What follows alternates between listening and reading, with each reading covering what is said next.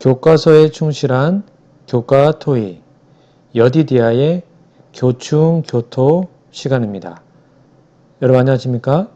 오늘은 제5과 다 하나님의 영광을 위해 라는 제목으로 우리 함께 교과 연구를 진행하겠습니다.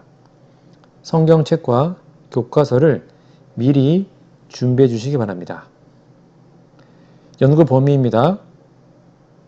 고린도전서 8장, 사도행전 15장 20절, 고린도전서 9장 1에서 6절, 10장 5에서 22절, 신명기 6장 4절 5절, 마가복음 12장 28절에서 31절입니다.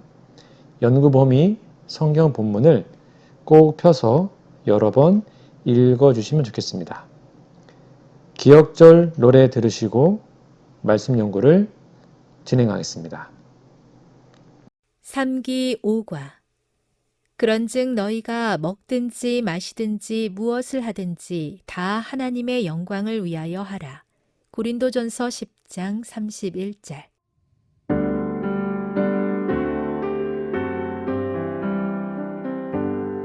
그런즉 너희가 먹든지 마시든지 무엇을 하든지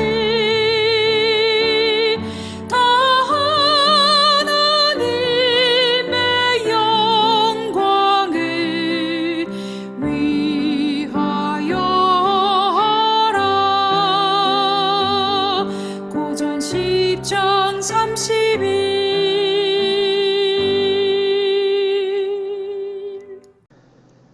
7월 26일 일요일입니다. 제목은 지식 대 사랑, 교과서 질문입니다. 고린도전서 8장 1에서 13절을 읽어보라. 바울은 왜 지식을 사랑과 대비하는가? 그 맥락은 무엇이며 그는 무엇을 강조하고 있나? 우리는 지식의 교만을 넘어 십자가의 사랑으로 나아가야 되는데요. 고린도전서 8장 전체는 우상의 재물을 먹는 문제를 통해 그리스도인이 지닌 지식과 자유가 어떠한 원리로 행사되어야 하는지를 명확히 보여주는 영적인 장면입니다. 그 당시 고린도 교회는 이방 신전 중심의 문화였기 때문에 시장에서 유통되는 고기나 잔치상의 대부분은 우상에게 바쳐졌던 재물이었습니다. 그런데 고린도 교회 안에는 신학적 지식을 가지고 있어서 우상은 아무것도 아니며 하나님은 오직 한 분뿐이다라는 진리를 명확히 깨달은 신자들이 있었죠. 이들은 지식에 대한 근거, 그 근거한 자유를 주장하며 우상의 재물을 먹는데 아무런 양심의 가책을 느끼지 않았습니다.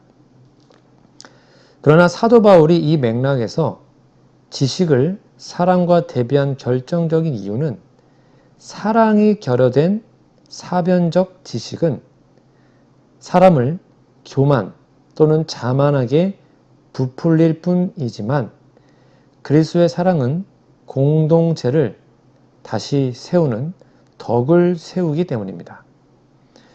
우상숭배의 깊은 배경에서 막 벗어난 연약한 신자들은 우상의 재물을 먹는 행위를 보며 여전히 우상에 참여한다는 죄책감을 느끼거나 믿음이 흔들렸죠. 그 7절에 나옵니다. 그러니까 지식이 있다고 자부하는 자들이 자신의 권리만을 내세우며 신전이나 연회에서 담대히 재물을 먹을 때 연약한 형제들은 시험에 빠져 영적으로 파멸할 위기에 처하게 된 겁니다. 즉 바울이 오늘 본문에서 강력히 강조하는 핵심 진리를 좀 세 가지로 정리해 보겠습니다. 첫 번째, 지식의 자만과 사랑의 우위성입니다. 지식은 내가 옳다는 자만심을 심어주어 나 자신에게 집중하게 만들지만 사랑은 타인의 영혼과 공동체의 유익을 먼저 바라보게 만듭니다. 참된 영적 지식은 하나님을 진정으로 사랑하고 그분의 인격을 닮아가는 체계적인 지식이어야 하죠. 두 번째, 그리스도인의 자유는 사랑에 의해서 제한되어야 합니다.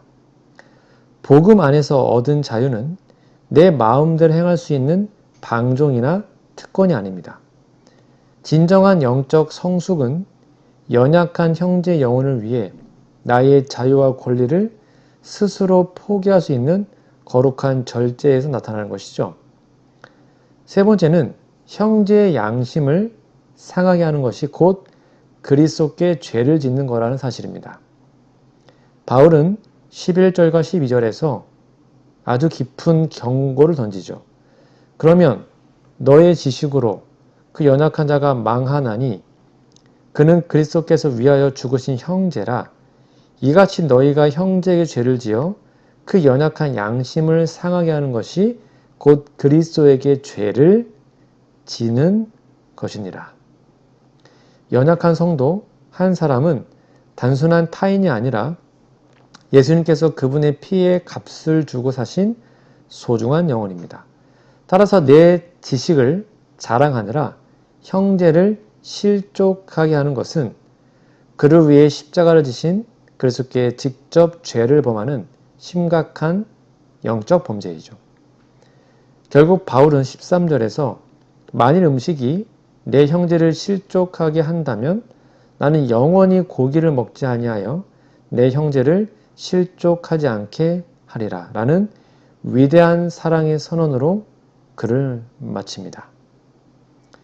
즉 구원받은 신자의 삶은 나의 오름이나 특권을 주장하는 삶이 아니라 그리스도의 심장으로 형제의 영혼을 살리는 삶이어야 합니다. 여러분, 오늘날 우리의 모습은 어떠합니까? 혹시 우리는 성경의 지식과 교리의 정확함, 그리고 신앙적 오름을 풍부하게 가졌다라고 자부하면서 정작 우리 곁에 있는 연약하고 상처받기 쉬운 형제와 자매의 마음을 그 날카로운 지식으로 찌르거나 베고 있지는 않습니까? 내가 맞고 당신이 틀렸다는 지식의 칼날은 사람을 설득할 수는 있을지 몰라도 영혼을 구원할 수는 없습니다.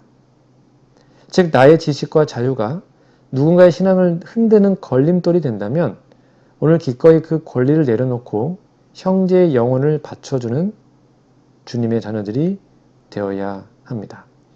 지식의 자랑을 내려놓고 십자가의 겸손으로 서로를 품어주고 용납해주는 우리 모두가 되기를 간절히 바랍니다. 7월 27일 월요일입니다. 제목은 사심 없는 사랑. 자, 교과서 질문입니다. 고린도전서 9장 1에서 6절 읽어보라. 사랑에서 우러난 자기 부정의 신뢰를 어떻게 보여주는가? 이 복음을 위해서 거룩한 권리를 포기한 걸 말하고 있는데요.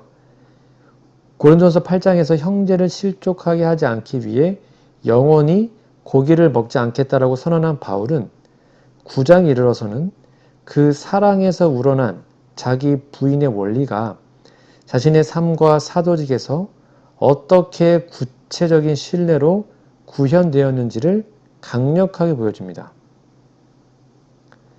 그는 고린도 교인들에게 요구한 형제를 위한 권리 포기를 몸소 실천하고 있다는 사실을 말해주고 있죠. 첫 번째는 1절에서 3절인데요. 포기할 권리가 진짜 존재함을 입증했습니다. 누군가가 자기 부인을, 자신을 부정하는 것을 한다고 할 때 원래부터 아무런 권리나 자격이 없는 사람이 아무것도 행사하지 않는 것은 아무런 의미가 없죠. 따라서 바울은 1절에서 3절에서 자신이 예수 그리스도를 직접 눈으로 본 참된 사도이고 고린도 교인들 자체가 그의 사도됨을 증거하는 성령의 열매임을 명확히 밝힙니다. 1절입니다. 내가 자유인이 아니냐? 사도가 아니냐? 예수 우리 주를 보지 못하였느냐? 주 안에서 행한 나의 일이 너희가 아니냐? 그는 자신이 그리스도의 부르심을 받은 정당한 사도이자 교회의 수장들과 다름없는 영적 권위를 지닌 존재임을 입증합니다. 이는 자신의 권위를 자랑하기 위함이 아니라 자신에게 정당하게 부여된 숭고한 권리들이 분명히 존재함을 선언하기 위함이었죠. 두 번째 4절에서 6절에 보면 마땅히 누릴 수 있는 사도적 권리들을 설명하고 있는데요. 바울은 복음 사역자로서 마땅히 요구하고 누릴 수 있는 세 가지의 정당한 권리를 제시합니다. 즉 생계 지원을 받을 권리입니다. 4절에 보면 우리가 먹고 마실 권리가 없겠느냐. 무슨 말이에요? 복음을 전하는 사역자가 성도들로부터 물질적 부양과 생활에 필요한 지원을 받는 것은 신구약 전체를 관통하는 하나님의 방법입니다. 두 번째는 가정을 이루고 동반할 권리입니다. 5절에 보면 우리가 다른 사도들과 주의 형제들과 게바와 같이 믿음에 자매된 아내를 데리고 다니지 못하겠느냐. 다른 사도들처럼 결혼해서 아내와 함께 사역하며 교회의 돌봄을 받을 권리가 바울에게도 있었죠. 세 번째는 자비량 노동을 하지 않을 권리입니다. 6절에 보면 어찌 나와 바나바만 일하지 아니할 권리가 없겠느냐. 즉 사도적 직무에만 전념하고 세상적으로 텐트 만드는, 장막 만드는 노동을, 자비량을 면제받을 권리가 있었던 겁니다. 그러나 바울은 이 모든 정당한 권리와 특권을 가지고 있었음에도 불구하고 고린도에서 스스로 손으로 노동하며 복음을 거저 전하는 길을 선택합니다. 왜 그랬을까요? 바울이 이 권리들을 내려놓은 유일한 동기는 바로 그리스도의 사랑과 영혼 구원에 대한 열망이었습니다. 그 당시 고린도에는 순회하는 철학자들이나 궤변가들이 돈을 벌기 위해 연설을 하곤 했습니다. 바울은 혹시라도 자신의 복음 전도가 사리 사역을 채우려는 수단으로 오해받거나 경제적으로 연약한 교인들에게 짐이 되어 복음의 순수성이 훼손될까봐 스스로의 권리를 포기했던 겁니다. 바울에게 있어서 참된 그리스도인의 자유는 내 권리를 마음껏 행하는 방종이 아니라 타인의 구원을 위해 나의 정당한 권리마저 기꺼이 내려놓을 수 있는 사랑의 절제였습니다. 그는 사랑 때문에 스스로 사도의 특권을 부인하고 종의 형체를 취하는 길을 걸었던 것입니다. 여러분, 오늘 우리는 세상을 향해 그리고 교회를 향해 어떤 권리를 주장하며 살아가고 있습니까? 오늘날 세상은 우리에게 너의 권리를 주장해라, 너의 자격을 쟁취해라, 너의 자유를 마음껏 누리라고 부추깁니다. 가슴 아프게도 이러한 세상의 정신이 우리 신앙 깊숙이 들어와 우리는 때로 교회의 봉사자로, 직분자로 혹은 고참 신앙인으로서 당연히 받아야 할 대우와 인정을 요구하며 상처받고 분노하곤 하죠. 여러분, 바울의 고백처럼 내가 마땅히 누릴 권리가 있지만 다른 사람을 살릴 수만 있다면 나의 모든 권리를 포기하겠다 라는 고백이 우리 모두의 고백이 되기를 간절히 바랍니다.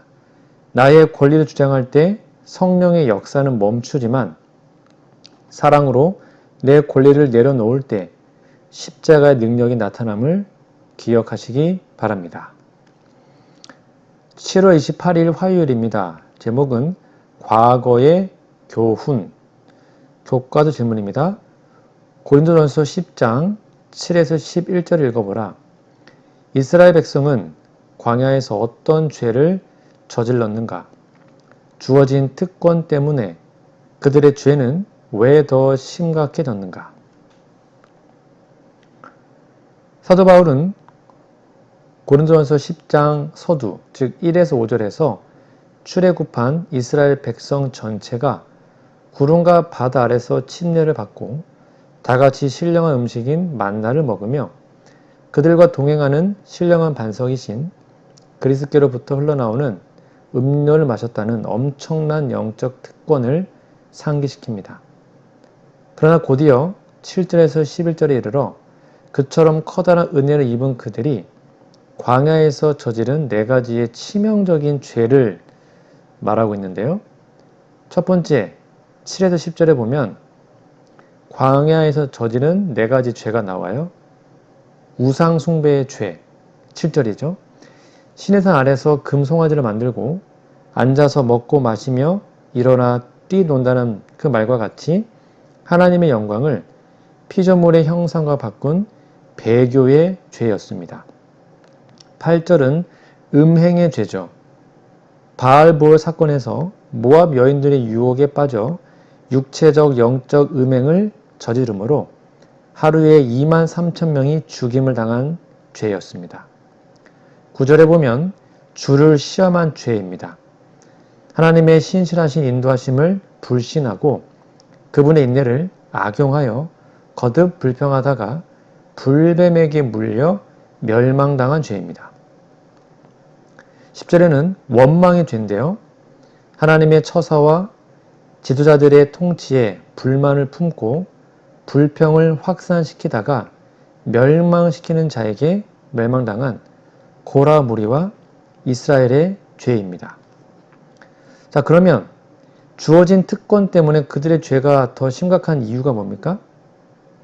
이스라엘 백성들이 누린 영적 특권은 왜 그들의 죄를 더욱 가중시키고 심각하게 만들었을까요? 이스라엘은 하나님을 단순한 관념이나 소문으로만 안 것이 아니었죠. 그들은 매일 아침 눈으로 확인하는 만나를 거두었고 불기둥과 구름기둥이 나는 눈에 보이는 하나님의 현현 속에 거했습니다. 무엇보다 그들에게 음료를 공급한 반석은 다름 아닌 그리스도였습니다. 그들은 구주 그리스도의 직접적인 보호와 기적을 일상에서 체험하는 최상급의 빛과 특권을 누리고 있었던 것이죠. 무슨 말이에요? 주어진 빛과 은혜가 클수록 그에 상응하는 영적 책임도 커짐을 기억해야 합니다. 큰 빛을 받고도 죄를 선택하는 것은 단순한 무지의 실수가 아닙니다. 밝히 보이는 은혜에 대한 고의적인 거절이자 성령의 호소를 거역하는 마음의 완악함을 의미하죠. 이스라엘은 우리는 선택받은 백성이며 기적을 경험한 자들이라는 방심과 영적 자만심에 빠졌습니다. 그들은 특권을 받았기 때문에 심판을 면할 거라고 착각 속에 살았으나 실상 그들이 받았던 은혜와 기적들은 그들의 불신과 배역을 더욱 비호의적이고 죄질이 나쁜 것으로 드러내는 증거가 되고 말았던 겁니다. 11절입니다. 그들에게 이러한 이런 일은 본보기가 되고 또한 말세를 만난 우리를 깨우치기 위하여 기록되었다라고 선언하죠. 그들의 광야 역사는 과거의 단절된 이야기가 아니라 세상 끝에 살아가며 더 큰 진리의 빛을 누리는 오늘날의 재림 성도들을 향한 거룩한 경고의 거울입니다. 여러분, 우리는 광야의 이스라엘 백성보다 더 비교할 수 없을 만큼 찬란한 은혜의 빛 가운데 살아가고 있어요. 우리는 십자가에서 완성된 구원의 복음을 알고 성소기별, 특별히 하늘 지성소에서 우리를 위해 중보하시는 예수님의 중보 사역도 알고 마지막 때의 새천사의 기별도 알고 예언의 신의 풍성한 빛이 우리 손에 있지 않습니까? 그러나 우리에게 물어봐야 합니다. 스스로에게요. 나는 과연 이 커다란 은혜와 특권을 누리면서 혹시 광야의 이스라엘처럼 영적 안일에, 자만심에, 교만함에 빠져 있지는 않은가? 특권이 커질수록 깨어있지 않을 때 찾아오는 영적 기만과 죄책은 더욱 무거워짐을 꼭 기억하시기 바랍니다. 7월 29일 수요일입니다. 제목은 우상 숭배에 대한 경고. 교과 질문입니다. 고린도전서 10장 5에서 22절을 읽어보라. 우리는 왜 우상 숭배를 피해야 하나? 꼭 읽어보세요. 본문을요. 사도 바울은 고린도전서 10장 5절부터 22절에 걸쳐 광야 이스라엘 백성들의 비극적인 다수가 하나님을 기쁘시게 하지 못함으로 멸망당했던 역사적 사실을 인용하며 그런즉 내 사랑하는 자들아 우상 숭배하는 일을 피하라고 강력히 명합니다. 그게 14절이에요. 이것은 단순히 돌이나 나무로 만든 형상 앞에 절하는 유치한 행위를 넘어서 바울이 우상 숭배를 이토록 단호하고 철저하게 피하라고 경고한 데는 아주 깊은 이유가 존재합니다. 첫 번째로 19절 20절에 보시면 우상 숭배 배후에는 귀신의 실제적 역사가 존재하기 때문입니다. 여러분 물리적인 우상 자체는 아무것도 아니죠. 그거 사람 만든 거니까.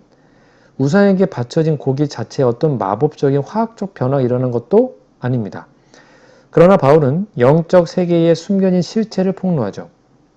20절 무릇 이방인이 제사하는 것은 귀신에게 하는 것이요 하나님께 제사하는 것이 아니니 나는 너희가 귀신과 교제하는 자가 되기를 원하지 아니하노라. 우상 숭배의 본질은 단순한 문화적 풍습이나 무해한 연회가 아니라 사탄과 그의 악한 영들의 세력과 영적으로 결탁하고 교제하는 위험천만한 행위입니다.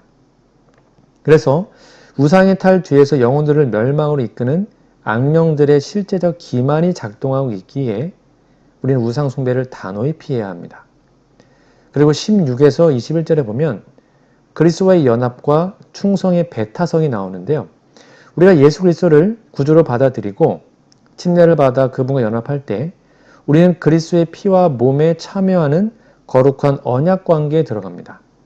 성만찬에서 떡과 잔을 나눔은 우리가 그리스도와 하나 되었음을 선언하는 거룩한 교제이죠. 따라서 주님의 은혜를 경험한 신자가 우상의 식탁에 나아가 그 제물을 나누는 것은 하나님을 향한 영적 정절을 버리고 사탄의 식탁에 동시에 동참하는 영적 간음입니다. 그래서 21절에 바울은 이렇게 선언하죠.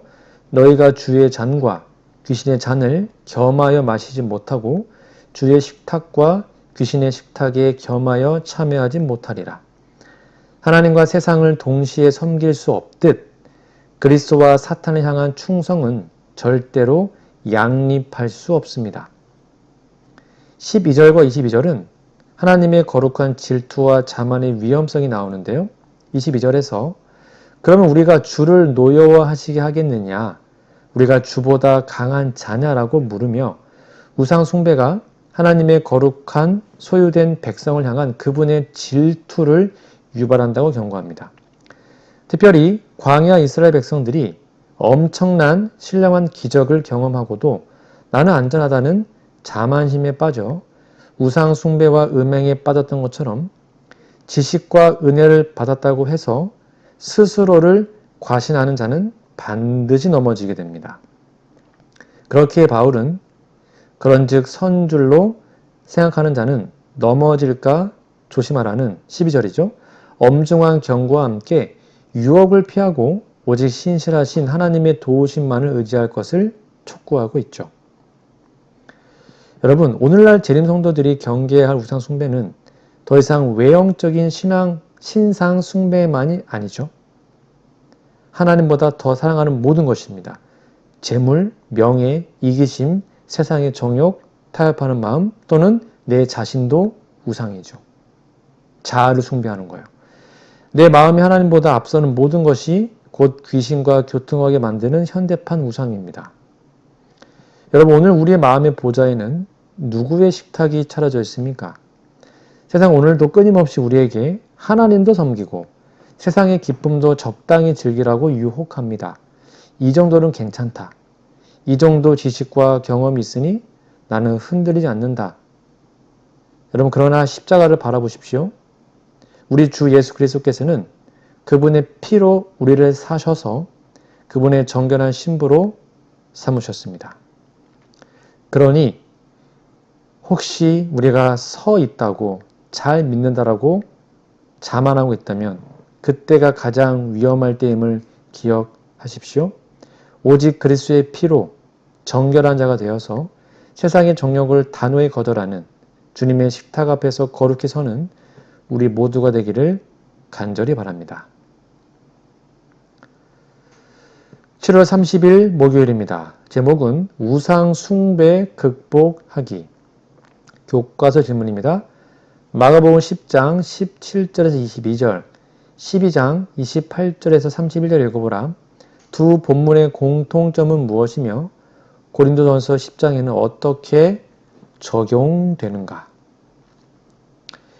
이 마가복음의 두 사건, 10장은 부자 청년 이야기고요. 12장은 가장 큰 계명에 대한 질문이죠. 겉으로 보기에는 다른 대상과의 대화처럼 보이지만 하나님의 율법과 구원의 본질을 관통하는 핵심 진리를 공유하고 있습니다. 첫 번째, 두 본문의 공통점은 하나님의 사랑과 이웃 사랑이라는 율법의 대원칙을 말하고 있죠. 마가복음 10장의 부자 청년은 내가 무엇을 해야 영생을 얻습니까? 라고 물으며 어릴 때부터 계명들을 다 지켰다라고 자부했습니다.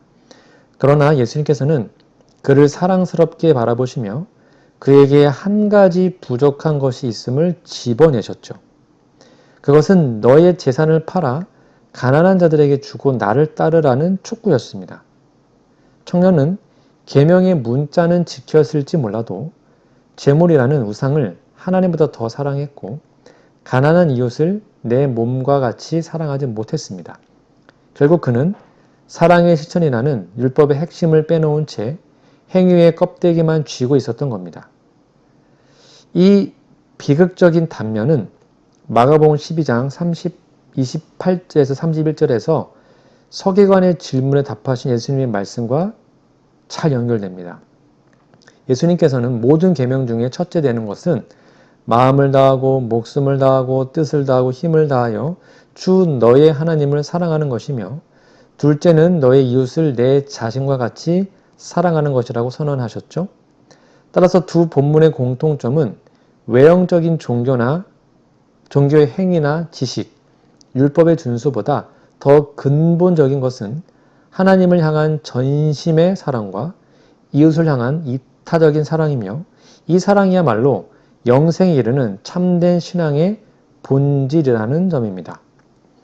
즉 부자 청년에게 부족했던 한 가지가 바로 마가복음 12장에서 말하고 있는 그 사랑이었던 겁니다.